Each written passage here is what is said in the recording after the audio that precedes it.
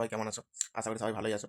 তো আমাদের রাজ্য সরকারের অধীনে এখন যে যুবসাথী প্রকল্প শুরু হয়েছে তার ফর্ম ফিল আপ ইতিমধ্যেই চালু হয়ে গেছে। কিভাবে ফর্মটা ফিল আপ করবে তার সম্পূর্ণ বিবরণ আমি এই ভিডিওর মাধ্যমে তুলে ধরবো। এবং আমার সামনে দেখতেই পাচ্ছ যে যুবসাথী ফর্মটি আমার কাছে আছে এবং সেইটা পিডিএফটা আমি কিভাবে ডাউনলোড করবি কিংবা তোমরা অন্য কোথা থেকে এটাকে বার করবে তাও বলে দিচ্ছি। এটি তুমি ক্রোম ব্রাউজার আছে, সেখানে গিয়ে তুমি যুবসাথী ফর্ম বা যুবসাথী বলে সার্চ করলেই এরকম একটি পিডিএফ তুমি পেয়ে যাবে। সেটাকে তুমি ডাউনলোড করে নিয়ে জেরক্সটাকে তুমি বার করে নিয়ে ফর্ম ফিল আপ করতে পারো। ফর্ম ফিল আপ কীভাবে করবে সেই বিষয়ে আমি একটু বলে দিই। তো এটিকে সবসময় বড় হাতেতেই ফিল আপ করতে হবে, ইংরেজিতে গোটাটাই। তো আর এই দিকে তোমাদের ডান দিকে মাথার উপরে এখানে তোমাদের নিজস্ব ছবি, কারেন্ট ছবি দেবে এবং ছবিটার যে তোমার এখানে লেখা আছে দেখবে সাইন করতে হবে ছবিটাতে। সেই ছবিটার উপরে করবে না ছবিটার এই মাথার উপরে যে পোর্শনগুলো থাকে এরকম জায়গাটা করবে, সেটা তুমি যেখানে ফর্মটি জমা দেবে সেইটাই তুমি জিজ্ঞেস করে নেবে একবার, দিয়ে তারপর সাইনটি করে দেবে। এই নিচের জায়গায় দুয়ারে সরকার রেজিস্ট্রেশন নাম্বার, এই রেজিস্ট্রেশন নাম্বারটা তোমাদের জানা থাকবে না। তোমরা যেখানে ফর্মটি জমা দেবে সেখানে দুয়ারে সরকারের ক্যাম্প বসবে, সেইখানে নাম্বারটি জিজ্ঞেস করে নিয়ে এখানে ফিল আপ করে দেবে। কারণ এই নাম্বারটি দুয়ারে সরকার যে রেজিস্ট্রেশন নাম্বার আছে সেই নাম্বারটি দিতে হবে, অন্য কোনো নাম্বার নয়। তারপরে আছে তোমার আধার নাম্বার, যেরকমভাবে তোমার 12টি আধার নাম্বার আছে সেই নাম্বারগুলো বসিয়ে দেবে।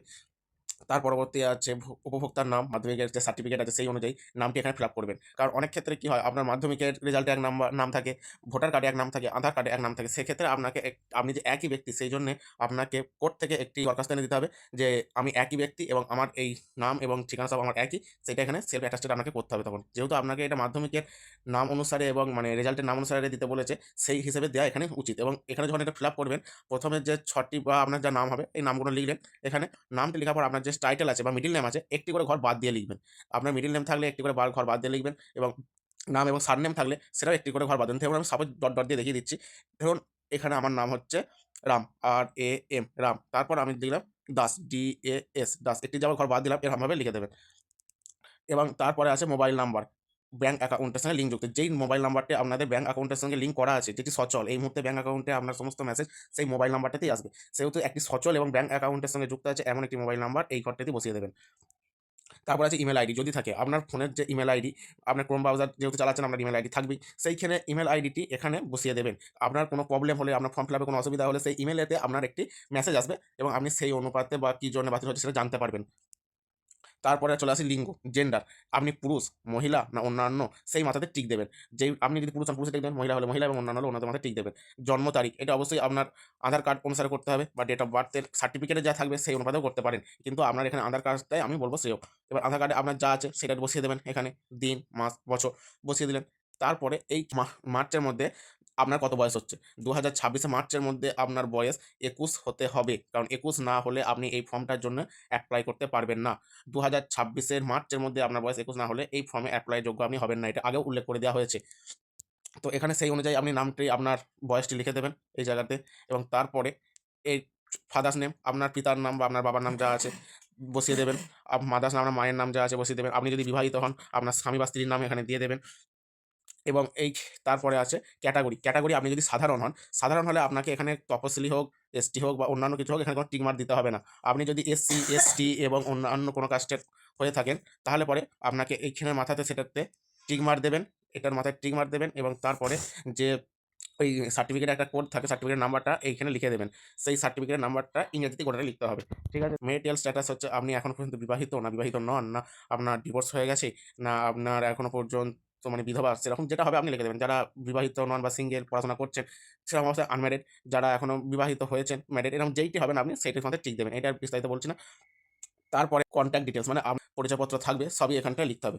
আপনার হাউস, বাড়ির নাম্বার, প্রাঙ্গণ নাম্বার, এইটি আপনি কোথায় পাবেন? এটি এখন যে ভোটার তালিকা, খসড়া তালিকা বেরিয়েছে সেইখানে আপনি এটি পেয়ে যাবেন। আপনার বাড়ির নাম্বার কত আছে আপনার ভোটার কার্ডের মধ্যে এটি পেয়ে যাবেন। ভিলেজ বা টাউন, গ্রাম বা শহর, আপনি যদি গ্রামের হন কোন গ্রামের নাম, আপনার গ্রামের নাম লিখবেন। আপনার পোস্ট অফিস কোথায় সেটা লিখে দেবেন। গ্রাম পঞ্চায়েত, আপনার গ্রাম পঞ্চায়েতের কোথায় সেটাও লিখে দেবেন এখানে।